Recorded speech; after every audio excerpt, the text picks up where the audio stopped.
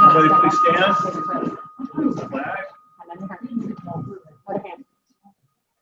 Allegiance to the flag of the United States of America and to the republic for which it stands, one nation under God, indivisible, with liberty and justice for all.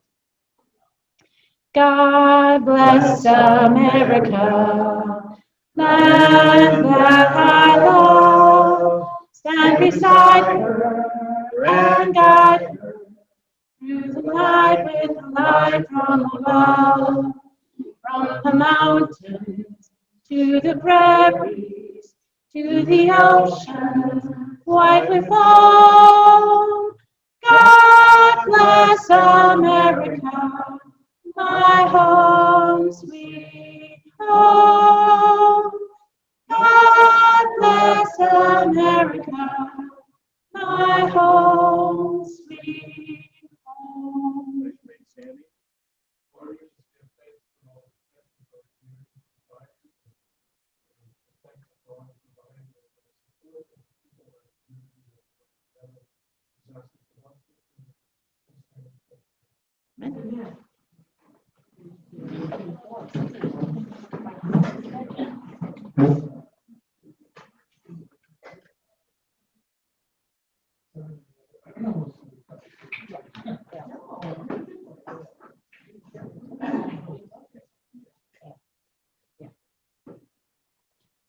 All right, well, thank you all for being here today. I was having a discussion with Krista.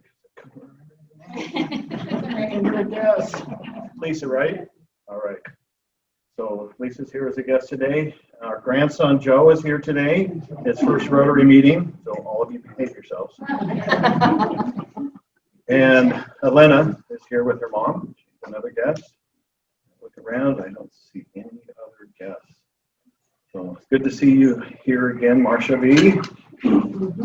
Thank you for being here again. Glad to see you. Okay, we're going to, I gotta go get I'd like to hear you worship. Oh, it's very good. It's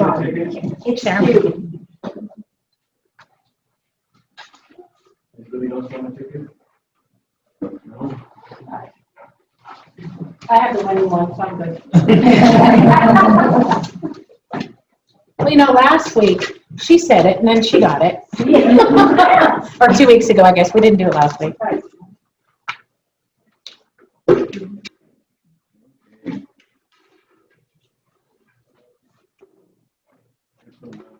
Together. Okay.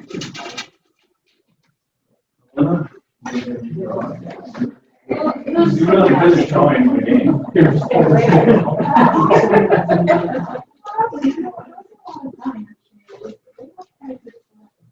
Okay. Now, 9 to 8. 9 to 8.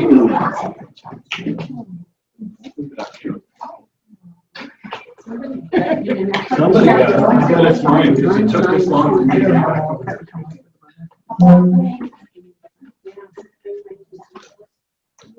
9 to 8. There you go. Good job.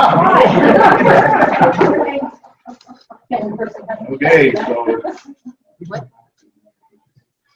I can't let you do it. It's stacked if I do it. We're looking for the 4 clubs. Well, that's a fun way of doing it. Well, the 4 hearts. Oh, yeah. Whoever got that one wins double. Now it's whole thing.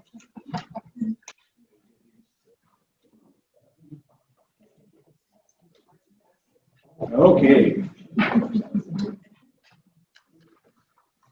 So, who's happy today? For happy bars. Happy, happy. Nobody's happy. I'll be happy if I'm not crying.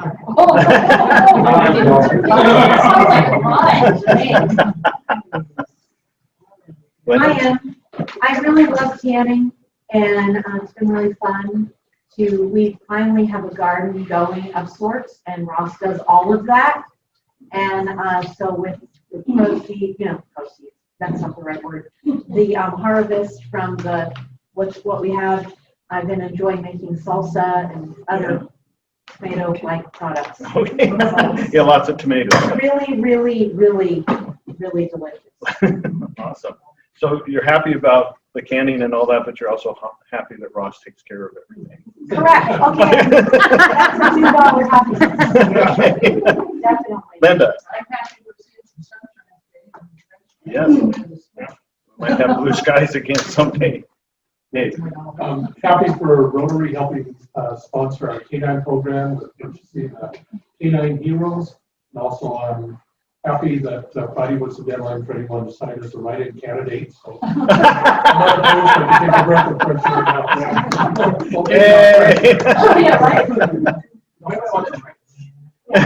now. Marcia. I'm happy to be a Rotary and still be able to get around. Awesome.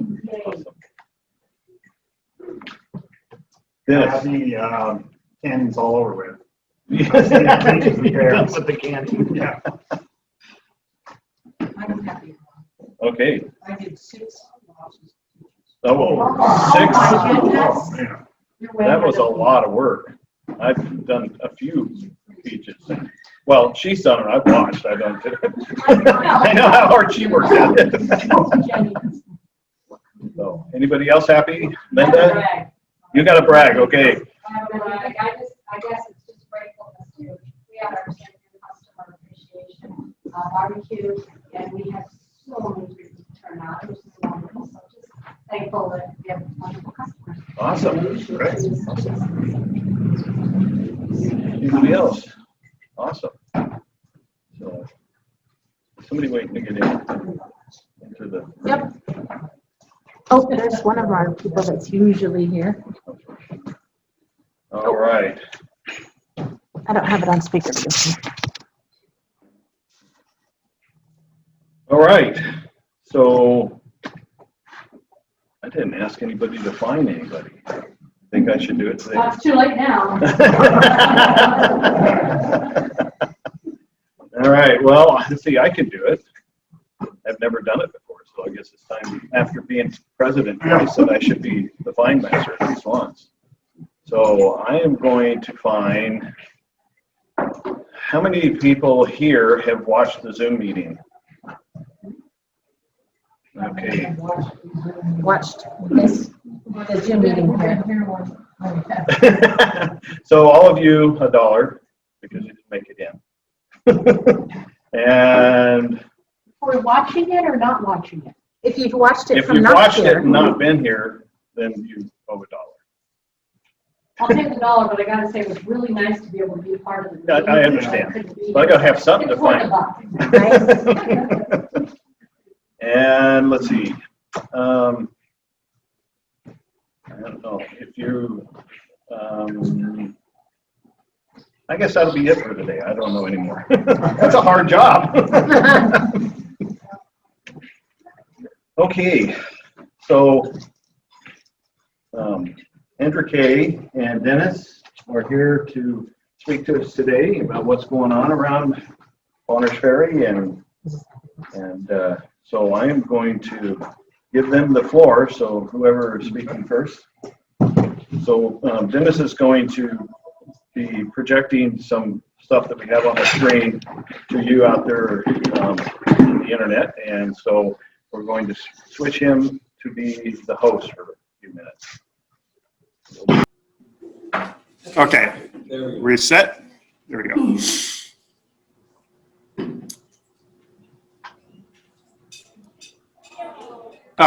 Great.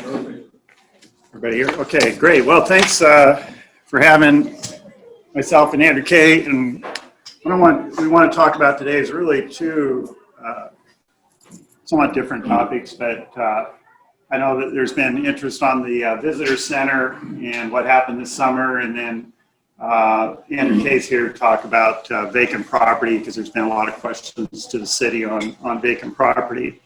So let's first talk about the visitor center.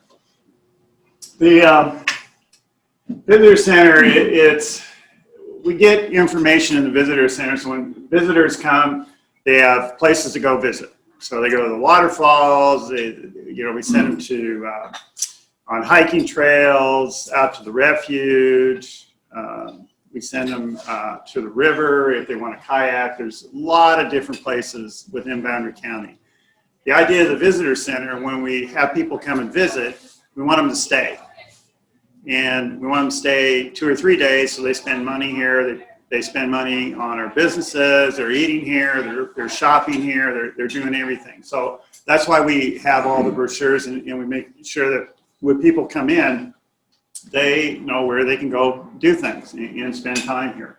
So then that gives them places to eat, places to stay, and places to shop. The one thing we had this year that with the pandemic with COVID-19 was that the Canadian border was closed for all the summer and probably to the end of the year, if not beyond that. So that did stop a lot of traffic. We get a lot of Canadian, as you all are aware, down here in the summer and throughout the year. And a lot of businesses were hurt by not having the Canadian customers. So what I did was spend a lot more money out of economic development to market our area.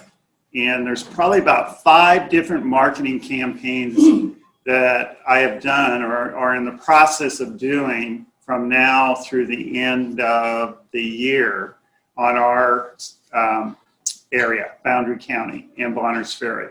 Some of those had an impact this year. Some will have an impact next year.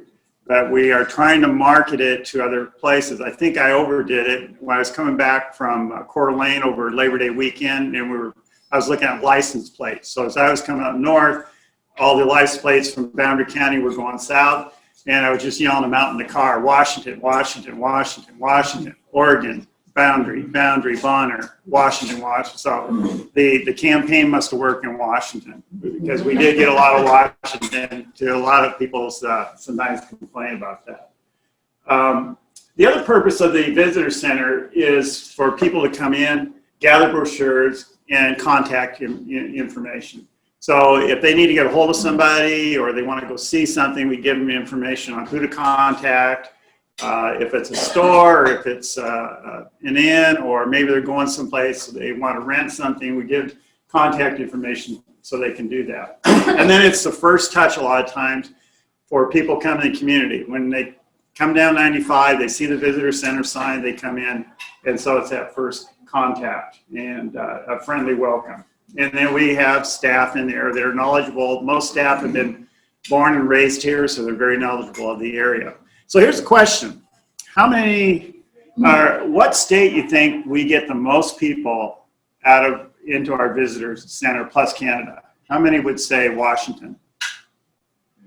How many would say Idaho? Oregon? California? Okay, it's actually Idaho. How many think that in Idaho, where do most people come to our visitor center? How many would say down south, like Boise area? How many would say the center of Idaho, like Grangeville, in that area? Coeur d'Alene. It's actually Boundary County.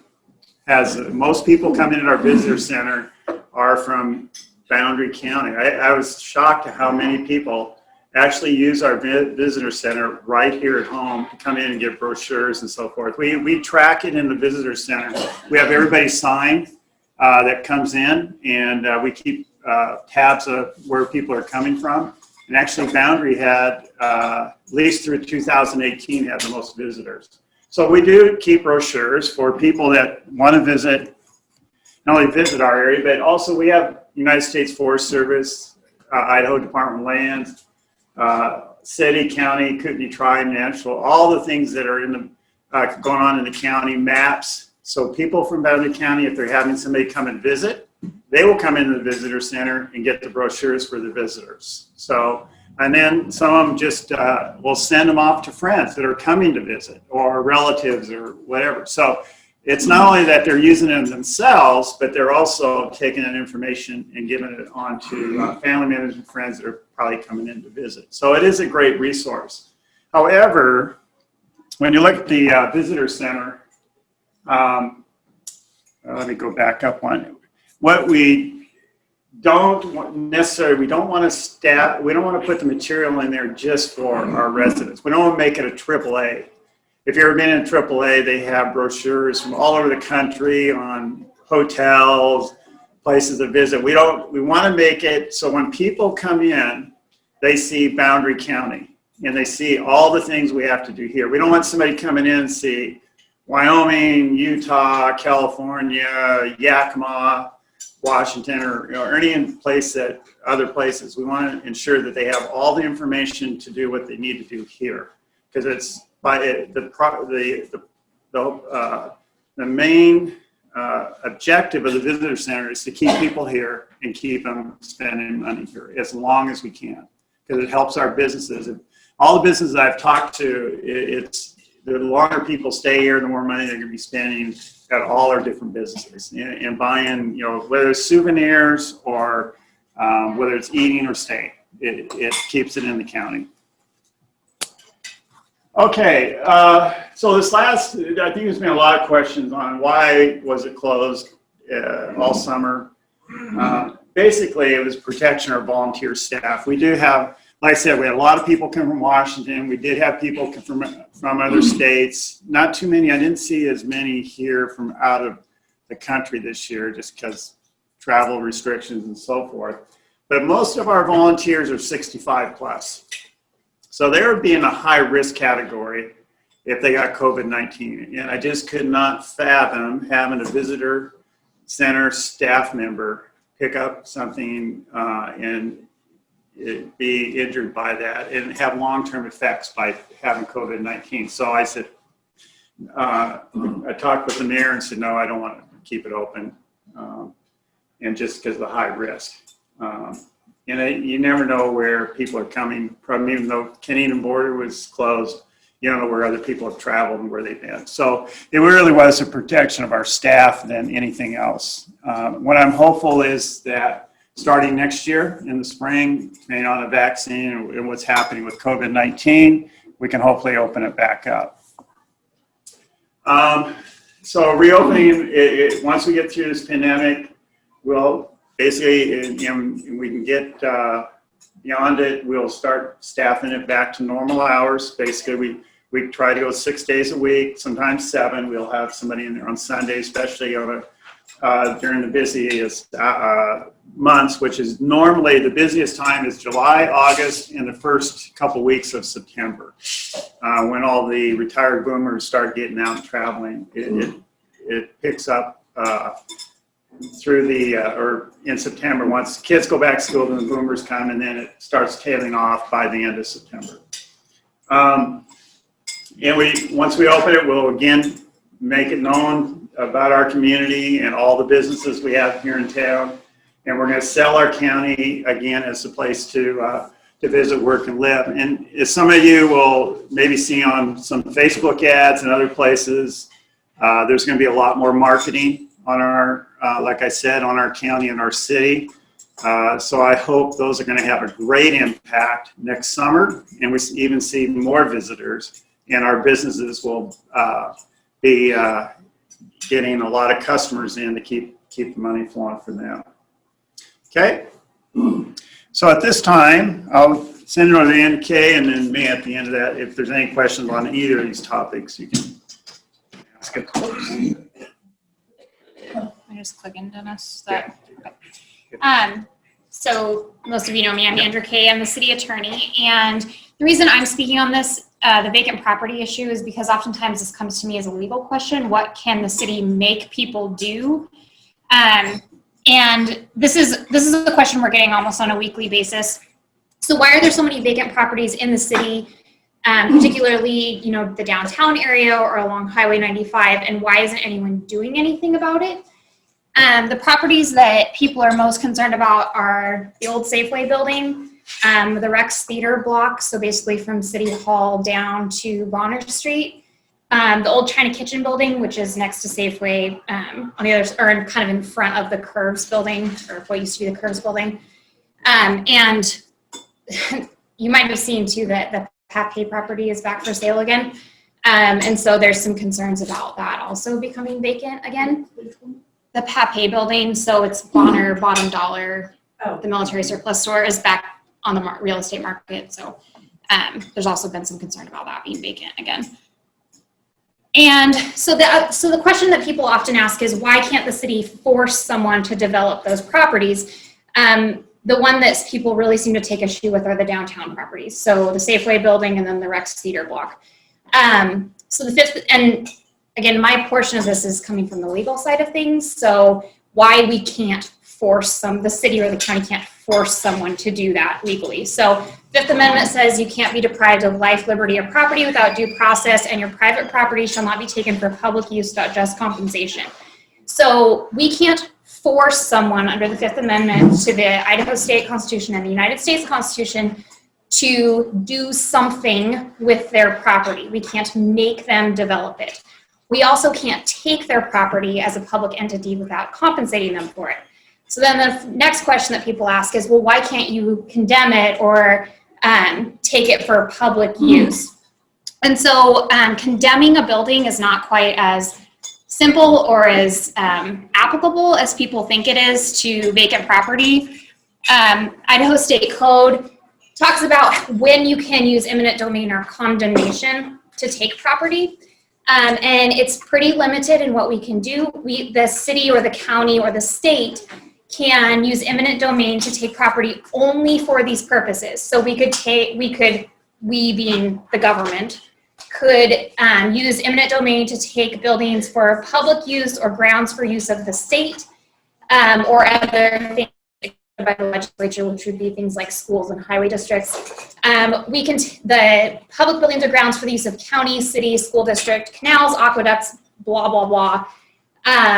Things like wharves, docks, piers, which we don't really have here. So roads, by roads, telephone lines, sewerage, cemeteries, pipelines for transmitting natural gas, snow fences along highways, and electric distribution lines. So we can't condemn or use eminent domain, the city, the county, to take any of those properties unless we're going to use them for these limited purposes. That would also mean we do have to provide just compensation for that property. So we couldn't just say, okay, we're taking this property because we think we want to use it for one of these purposes. We would have to pay for it. And you have to have an appraisal, and it's a complicated process. So at this point, when people say, well, why don't you just condemn them? These are the only ways we can condemn property, and none of those really fit the bill for the city or the county with the properties that people are concerned about. So then people ask, well, why doesn't the city pass an ordinance where these people have to develop the property? So Bonners Ferry City Code can't conflict with state or federal law on property rights. We can enact ordinances that protect the general health, safety, and welfare of the public. That is not a subjective concept, it's actual public health and safety. So the things that we can do are to protect life, property type situations. Just because you don't like the way your neighbor's house is painted or the grass that they've chosen to plant, the city can't enact ordinances to control that. We can do things like through planning and zoning to limit uses in certain areas, but we can't force certain development to happen. We can restrict what goes into certain zones, but we can't say, when you buy property in this zone, you will build within a certain time, or you won't build within a certain time, that kind of thing.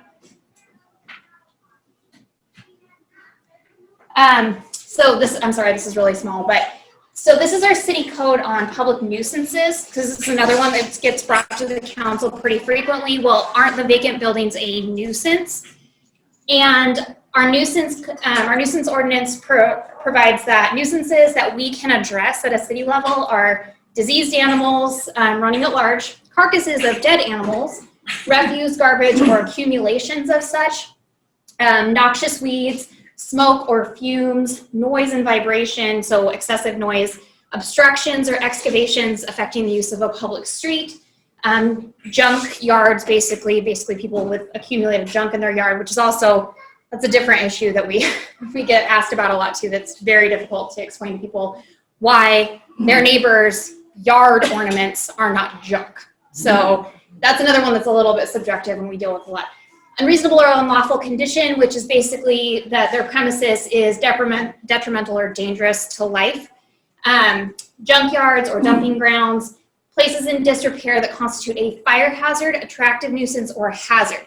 Because this is the one that people want to point to, particularly with the downtown buildings. They want to say, well, those places are falling into disrepair because no one's developing them. Well, at this point, they're not a fire hazard, they're not an attractive nuisance, and they're not a hazard. So they don't fall under this public nuisance ordinance at this point. Unsightly structures, this is the other one that people want to point to and say, oh, well, that if they fall under those because, again, they're vacant, we don't like the way that looks downtown or on the highway or whatever. Well, if you read into this unsightly structures, it talks about that all of these places can't have rags and accumulation of empty barrels, boxes, crates, packing cases, lumber, firewood that's not neatly piled, scrap iron, tin, other metal not piled, or anything whatsoever in which flies or rats may breed and multiply. So again, none of those vacant buildings qualify as an unsightly structure because we don't have any issues with them accumulating garbage or breeding rats or flies. And so again, people want to point to this and say, well, you have to be able to do something with this. And currently we can't. I have, since I've worked for the city, addressed several properties that are considered public nuisances for the junk in the yard, for what we would call an attractive nuisance. What an attractive nuisance is something that would attract, say, squatters. So you have, we dealt with it with the old high school, the Fry Auditorium down here. The property owners left town. They don't check on it very frequently. There were several windows and some crawl spaces that were open, and we had people squatting in them, living in them. And so we did work with them to abate that attractive nuisance, the squatting issue. We've also worked with people who have had, say, like fire in a house that they own, and so they've demolished the house. The basement or the foundation is there and it's open. That's considered an attractive nuisance because a child could wander up to it, fall into this foundation, and either be hurt or not located for an extended period of time. So we can do things we can control things like that are actually hazardous to life or property or create an attractive nuisance. But we also don't get to subjectively decide at the city or the county whether we think something is unsightly in terms of like the visual nature of it.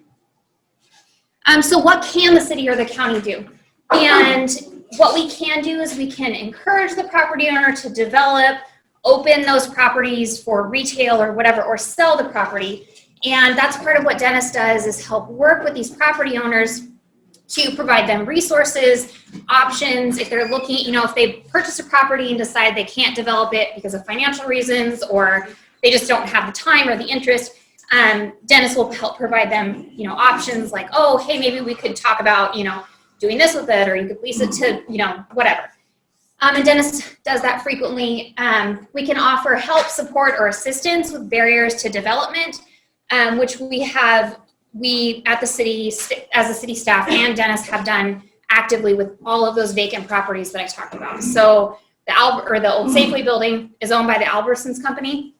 Dennis has spent a significant amount of time interacting with Albertsons about interested buyers, about ways that they could utilize that property rather than letting it sit vacant. And unfortunately, for lots of different reasons, Albertsons has chosen not to sell that property and not to develop it, which is their right if they want to let the property sit vacant. And similarly with the Rex Theater block, the staff, Lisa, myself, Dennis, David Sims, the former mayor, we've all had significant amount of conversation with that property owner, because she owns the entire block, basically from City Hall all the way down to Bonner Street, about things that the city can help do to help her, move things along, develop faster. What resources can we provide you? And up to this point, she's she's been somewhat interested. So we've all had meetings with her, and it just hasn't happened for whatever reason. So, and then private-public partnerships are an option in some cases. So, for example, the property behind Pape, this where we just put in the Wilson Solomon connector street, so it goes off of Augusta and connects with Solomon Street. The city partnered with a private landowner to help develop that street in exchange for the city receiving a city right-of-way. So that connector street was part of our transportation plan. The city found it valuable to provide connectivity on that side. So theoretically, someone could go from Augusta Street or Wilson Street over to Solomon, over to the Super One area without ever getting on the highway, because the goal is that you, local traffic, you reduce the amount of it that's going onto Highway 95 to reduce congestion. And so the city received a benefit from that, obviously, because we received that connectivity as well as a city street. But it benefited that landowner to give us that right of way so that he could potentially get connectivity to develop that area back there. And so that with the private-public partnership, it's certainly an option, but you do have to remember that the public has to receive some benefit. So it can't be a theoretical benefit like, oh, it's better for everybody if downtown's developed, or it's better for everybody if the Albertsons building sells. We have to provide some benefit to the public, to the taxpayers of the city or the county that we can show in return. So a street is a tangible benefit that's provided to the public. I think that's it. Do you have any questions about that? So do something like the Rex Theater, and it would benefit people to have wholesome entertainment, more money coming in with people, wanting to be there and purchase tickets and popcorn and all that. That isn't considered enough that it would benefit the town. And I could offer one option in that, and that is that if it was in the urban renewal area, we could certainly look at urban renewal purchasing it for those reasons. That's within the right of urban renewal, but our urban renewal district just covers the streets downtown, not the buildings. So we'd have to augment the current urban renewal district to achieve that benefit. And then it would really be the urban renewal's purview to manage that and acquire that property. Other cities have done that. But part of that still requires that the landowner is willing to participate in that partnership. And at this point, the property owner of the Rex Theater has not been willing. She's had several people interested in buying the property, forming a 501c3 to utilize the property for the purposes that you've described, and at this point has not responded or has basically said no to all of those offers. Yes. On your city code for nuisance property, doesn't it include broken windows? Can you go criminally, or like the building next to City Hall's had a broken window in that building for some time? It does not. It does not include broken. So we're not going to come after, the city is not going to actively pursue criminal prosecution for a broken window.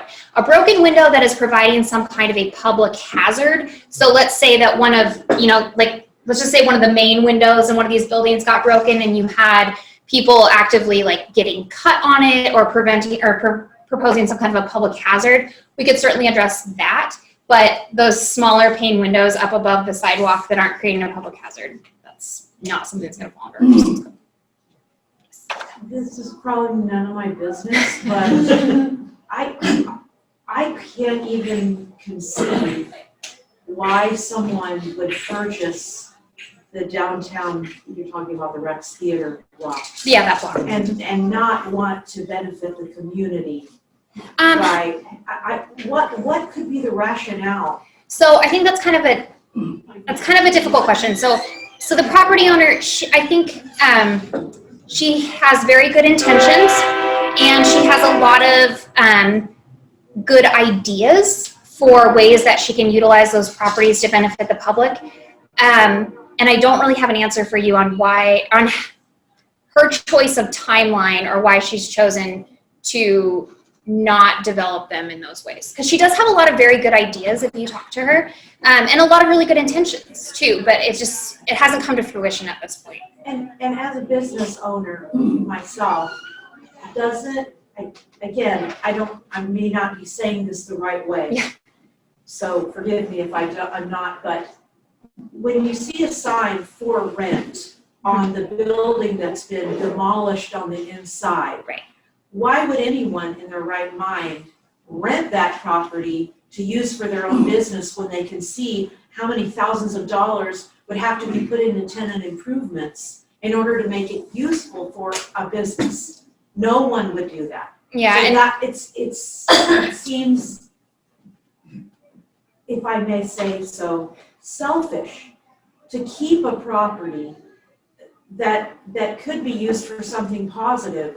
But I understand what you're saying, that your hands are tied, and I'm not saying anything Right. against the city. no, I or understand. anything. No, I understand completely, because it is frustrating. I mean, as a resident of Boundary County, and it is really frustrating to walk by that block of buildings every day, or, you know, even accepting the Rex Theater building, you know, the Safeway building. That's really frustrating to walk by that every day and see that the downtown is not being utilized to its full potential. There's a vacant building right here next door that, you know, the property owners just aren't interested in. They're interested in using it for their personal use, for storage and things like that. They're not interested in developing it or using it for commercial space. And unfortunately, as the city, we kind of have to respect that, or we do have to respect that as a property right that they have. But I completely share your frustration, and I completely understand where you're coming from. And I think that is where a lot of people are coming from, is why would somebody have this property and not use it? It doesn't make sense. And this isn't the only property downtown. We have one of our largest pieces of property in the city limits is underutilized completely, and that's the former mill site. And so when we think about the level of frustration we have with this one property who happens to own 3 buildings on one city street, and thinking that they're holding back the opportunities that this community potentially have, we fail to think about total impact of what underdeveloped and underused properties are within the city. And this pales in comparison to some of the potential economic benefits that we can receive that the city is aware of and planning for and thinking about, so that when we do align ourselves with a developer who's interested, we can be ready for the things that could potentially happen there. And those are the things that, you know, urban renewal helps us with, and the city makes improvements for us, making sure our utilities are there, making sure the streets are improved. So sometimes, and partly when Andrew Kay was talking about the public-private partnership, what we're looking at doing is creating what I consider as catalytic opportunity. So if we can come in and create energy around something by the tools that we have in our toolbox, we're going to do everything we can at that, because infill is definitely something that's far more economically beneficial to the city than it is to grow our utilities outward, our streets, our sewer and water. So with that in mind, we're looking at strategically trying to plan for those opportunities to align when we have a person want to go. So those are things we want to leave you guys with today, and I know Andrew is doing a good job of trying to present to you some of the limitations that we have. There's so much opportunity that we're aligning ourselves with, and the Southwark Street is a good example of that. We had an infill opportunity. We aligned all the toolbox kits, or the kit in the toolbox to throw at this, and in return we have completed a transportation improvement that was part of our long-range transportation plan. We have interest from developers. We have potential opportunity initially from the get-go to do trap housing or family homes. And so I look at that as, visually it's not a success yet. I mean, we can drive and walk on the street, but what will happen in the 2, 3, 5 years out is going to be pretty amazing. So those are things that we're excited to present to you guys. And it does take a lot of work. I worked with a developer for 5 months on the old cafe to develop it, and I was looking at a variety of financing options for him. And he was a big-time developer. He had developed properties all over the inland Northwest, so he wasn't a fly-by-night guy. And we ran out of time. He had it for 5 months. And within that 5 months, we still needed probably another 2-3 months to get it to work. And he just had spent his time allotment on trying to get it to work, and he dropped it and walked away. So there's the same with the Albertsons building. He spent numerous hours working with companies trying to get it to work. And there's so many different financing options and other things you have to work just to get a tenant in these buildings or on these sites. And sometimes it just has to fall, everything has to fall in place. Well, we certainly appreciate your efforts. I think if we were to leave you guys with anything, it would be the idea that we're very hopeful about the future of Ferry and doing really what we think is good foundational work to make sure that the city, 50 years from now is thriving and we're growing in a pragmatic way. We're not trying to strain our resources to the point where we're struggling with how do we provide service, how do we continue. We're really thinking about what logical growth means. Good question. I just wanted to say, as frustrating as it is, thank you for staying on people's property rights. Not trying to strong arm people and they're doing what they don't want to do. They're hard. And like I said, and what we try to do as staff at the city is really provide that support, which is part of the reason that, like, again, with the Rex Theater building, we've all met with the property owner several times and discussed her different ideas and things that we can do to help. And like I said, that's a particular example where it's just it just stalled out for whatever reason. But we really, like I said, we fully understand and appreciate and respect everyone's property rights. Like I said, we want what everybody else wants. We want a downtown and a city that is thriving and not, sitting empty with these vacant buildings. So, and to the point that this year, unfortunately, we rolled out a pilot program that, because of COVID, we couldn't see it happen, and that was to take our downtown parking spaces in front of our businesses and convert them into extensions of those retail shops and businesses, so that they could sort of come out onto the street and create kind of that idea of a sense of place or community thriving outside, and we're hoping to see that next year. So we're looking at programs and opportunities that continue to bring life downtown. And we recognize we're not going to be able to change somebody's motives, but we can change the environment. Great. Any other questions? One quick question about the visitor center. How many people do you normally see in there a year that stop by? I'll have to get that for you, Linda. It's about 500 to 700 is what goes through there in any given summer. In the middle of the summer, like July and August, we'll get up to as many 100 a day. All day, really? Wow. Yeah, and but and then other days it's like 20 or 30. Mm-hmm. So on a good summer, we'll get up to towards 1,000, 1,200. On a so-so summer, between 500 and 1,000. Dennis, maybe you can talk a little bit about the electric vehicle charging station. Oh yeah, thanks, Lisa. So yeah, the city applied for a grant. Lisa did it last year, and we got a grant for a electrical charging station. And there are electrical cars that come through here.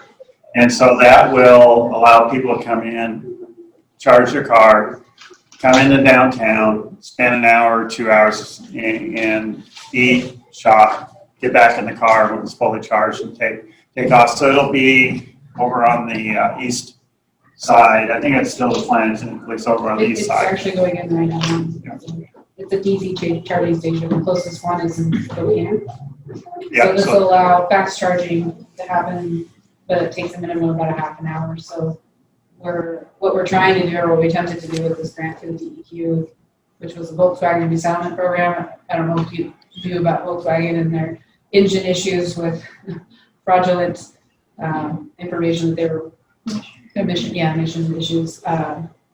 They, through the resettlement program, gave a certain amount of money to the federal government, which is disseminated to the states to be used to try to encourage clean energy. Yeah, encourage clean energy. So part of that one program they offered was electrical vehicle charging stations, DC stations, provided it was placed in an area that could have ancillary type benefits, which include access to downtown restaurants, stores, retail stores, and entertainment and accommodations. And so the visitor center aligned with all of that. We applied for it. It's almost $100,000 for a DC station. So station's going in front of the visitor center? It's going to go on the furthest stall right in front of the closest to the battery, kind of right by our welcoming sign there.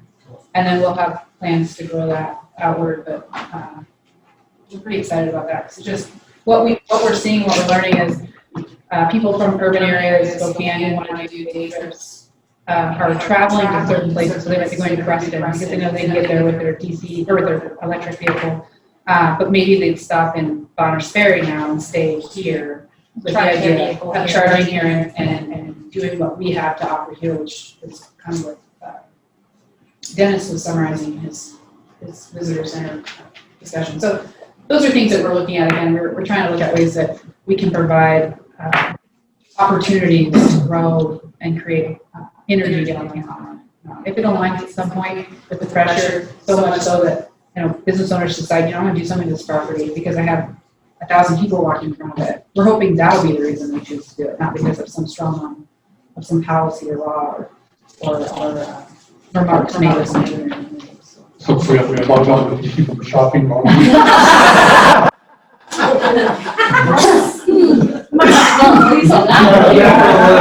little long switch is very not noticeable. Oh, you didn't turn the switch on, so I guess Well, thank you guys very much for being here.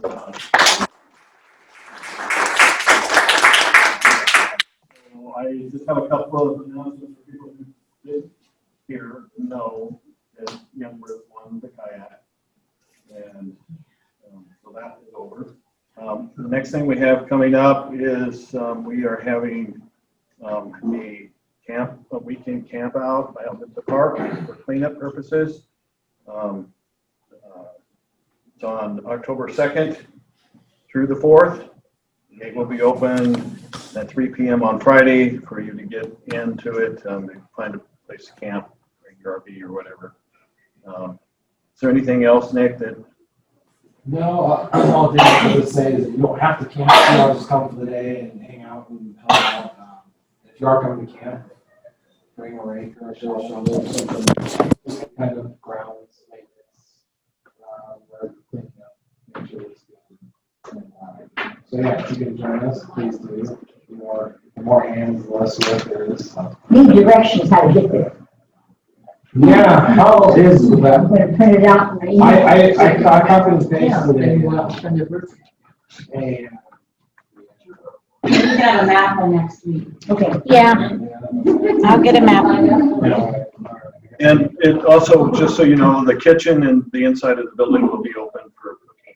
There's tables and stuff for us all to be hanging out and enjoying each other too. So, okay, with that, I appreciate you all being here, and we are adjourned.